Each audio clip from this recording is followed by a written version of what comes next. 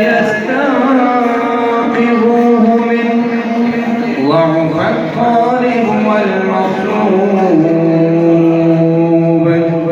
ما قدر الله حق قدره إن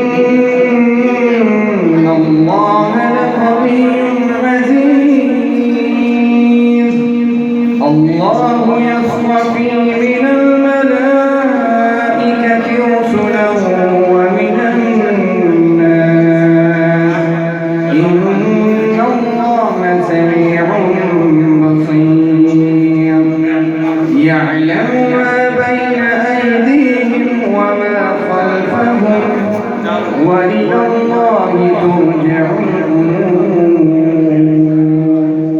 صدق الله العظيم. اس آیت مبارکہ کا ترجمے کا بھی مجھے کہاں ملے. ترجمہ مالک کائنات اس آیت میں کچھ یوں فرماتے ہیں: یا ایھا الناس، اے لوگو، ضرب مثل فاستمعوا لہ، تمہارے لیے ایک مثال کو بیان کیا جا رہا ہے. فاستمعوا لہ، غور سے سننا، کان لگا کر سننا. ان الذین تدعون من دون اللہ، یقیناً وہ لوگ جو اللہ کے علاوہ کسی اور کو پکارتے ہیں، لن یخلقوا ذبابا، جن کو وہ پکارتے ہیں وہ ایک مکھی بھی پیدا نہیں کر سکتے.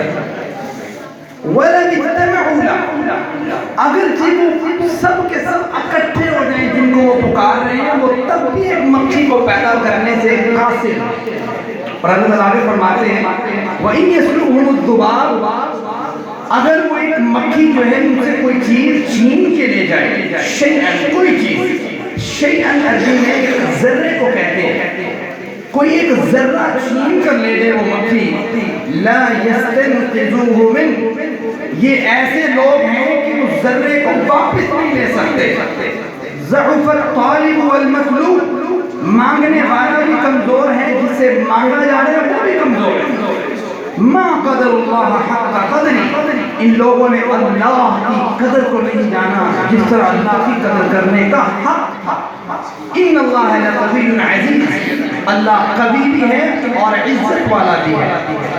دیکھیں اللہ تعالیٰ نے اس آیت میں پیشین گوئی بھی کی ہے. اگر کوئی اس کو سیٹ کرنے والا ہے، اس کو ایکو کو کم کرے گا تو آپ لوگوں کو آواز کو صحیح طریقے سے سن پائے گی. میں یہ بتا رہا تھا کہ اس آیت میں اللہ تعالیٰ نے ایک پیشین گوئی بھی کی ہے. پیشین گوئی کیا کی ہے کہ اگر ایک مکھی ان سے کوئی چیز چھین کے لے جائے یہ وہ واپس کر سکتے نہیں. 1400 سال بعد آج جا کے سائنس نے اس پہ ریسرچ کی کہ ایک مکھی جو ہوتی ہے، عربی میں یہ جو ذباب کا لفظ ہے نا، یہ ہوم فلائی کے لیے بولا جاتا ہے. جو گھریلو مکھیاں ہوتی ہیں ان کو کہتے ہیں ذبابہ، اور جو شہد کی مکھی ہوتی ہے عربی میں سے النحل کہتے ہیں. اب 1400 سال بعد جا کے تحقیق کی جا رہی ہے کہ یہ جو مکھی ہے اس کے کھانے کا سٹائل ہی سب سے ڈیفرنٹ ہے. عمومی طور پہ جو انسیکٹس ہوتے ہیں وہ چکھتے ہیں اپنی زبان سے، ہم بھی اپنی زبان سے ٹیسٹ کرتے ہیں. ہمارے بھی جو ٹیسٹ برڈز ہوتے ہیں وہ بھی ہماری آرگن زبان کے ساتھ ریلیٹڈ ہوتے ہیں. زبان سے چکھ کر ہم چیک کرتے ہیں، ٹیسٹ کرتے ہیں کہ یہ کڑوا ہے، یہ میٹھا ہے، یہ فلاں ہے. لیکن اللہ تعالیٰ نے اس مکھی کے اندر یہ کوالٹی رکھی ہے کہ یہ زبان سے ٹیسٹ نہیں کرتی، یہ اپنی ٹانگ سے ٹیسٹ کرتی ہے، اور اس کے دماغ ڈیٹیکٹ کرتا ہے کہ یہ چیز کڑوی ہے اور میٹھی ہے. اور پھر اللہ تعالیٰ نے جو اس میں پیشین گوئی کی تھی اس کو اللہ تعالیٰ نے آگے بڑھایا. زبان سے ٹیسٹ کرتی نہیں ہے، اپنی ٹانگ سے ٹیسٹ کرتی ہے. دوسری چیز کہ یہ کھاتی نہیں ہے چیز کو، اس پہ الٹی کر دیتی ہے، وومٹ کرتی ہے. ہمارا جو دھوپ ہوتا ہے نا، اس میں اللہ تعالیٰ نے ایک خاص کیمیکل رکھا ہے جس کو ہم انالیسس کہتے ہیں. انالیسس جو ہے یہ کیمیکل ہمارے جو بڑے اجزاء ہوتے ہیں ان کو توڑ دیتا ہے، توڑ پھوڑ کرتا ہے. اللہ تعالیٰ نے یہ انالیسس کیمیکل اس مکھی کے اندر بھی رکھا ہے. یہ جس چیز کو کھانے لگتی ہے اس پہ الٹی کرتی ہے، وہ انالیسس اس پہ ڈلتا ہے. اللہ تعالیٰ اس چیز کو لکویفائی کرتا ہے. پھر اللہ تعالیٰ نے تیسری کوالٹی اس مکھی کے اندر یہ رکھی ہے کہ اللہ تعالیٰ نے اس کو فیڈنگ ٹیوب دی ہے.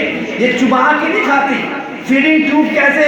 آپ اس کو اس طرح سمجھے، کبھی آپ نے کلین کی صفائی کی اور آپ کے پاس جو وہ مشین ہوتی ہے جس کو ہم سکشن مشین کہتے ہیں، کہ یکدم وہ چیز کو کھینچتی ہے اپنے جانب. اللہ تعالیٰ نے اس کی فیڈنگ ٹیوب رکھی ہے جس کا سائنٹیفک نیم پروبیسز ہے. اب وہ کیا کرتی ہے جس کو لیکویفائی کیا ہوا ہے، یعنی ایسی چیز جو کھائی ہوئی بن گئی ہے اس کے تھوک پھینکنے کی وجہ سے اس کو وہ سک کر لیتی ہے فوراً. اب اللہ تعالیٰ نے 1450 سال پہلے جو ایک اعلان کیا تھا کہ وَإِنْ يَسْلُهُمُ الذُّبَابُ شَيْئًا لَا يَسْتَنْقِذُهُ مِنْهُ، اگر ان لوگوں سے کوئی مکھی کوئی چیز چھین کے لے جائے تو یہ واپس کر سکتے ہیں نہیں. یہ 1400 سال بعد آج ہمیں پتہ لگ رہا ہے. سائنس نے جب دیکھا نا، کفار نے دیکھا کہ بھی قرآن نے یہ بات کی، یہ کون سی بڑی بات ہے.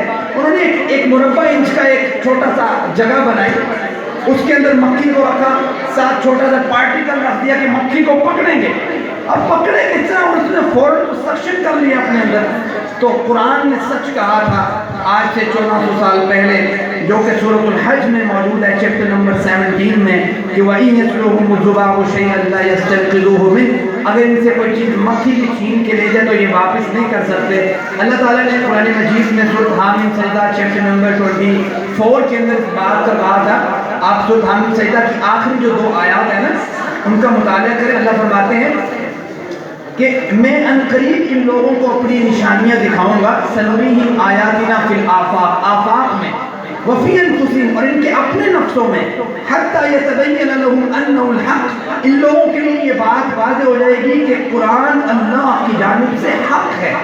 ہم نے اللہ کے رسول کو نہیں دیکھا، ہم نے قرآن کو نازل ہوتے ہوئے نہیں دیکھا، ہم نے دیکھا نہیں آنکھوں سے، لیکن اللہ کہتے ہیں میں اسلام کو زندہ کرنے کے لیے، اسلام پر عمل کرنے والوں کے لیے، ان کے دلوں کو مضبوط کرنے کے لیے ایسی نشانیاں دکھاؤں گا کہ وہ مضبوط ہو جائیں گے اور ان کو سرفخر سے بلند ہوگا کہ الحمدللہ ہمارا قرآن آج بھی زندہ ہے، اس کی نشانیاں آج بھی زندہ ہیں. دیگر سینکڑوں مثالیں موجود ہیں.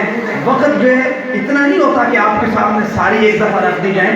تو یہ دیکھیں اللہ تعالیٰ نے یہاں پہ کہا ہے ما قدر اللہ حق قدری، انسان نے اس طریقے سے اللہ کی قدر نہیں کی جس طرح اس کی قدر کرنے کا حق تھا. ان اللہ لقوی عزیز، اللہ قوی بھی ہے اور عزت والا بھی ہے. وما علینا الا البلاغ.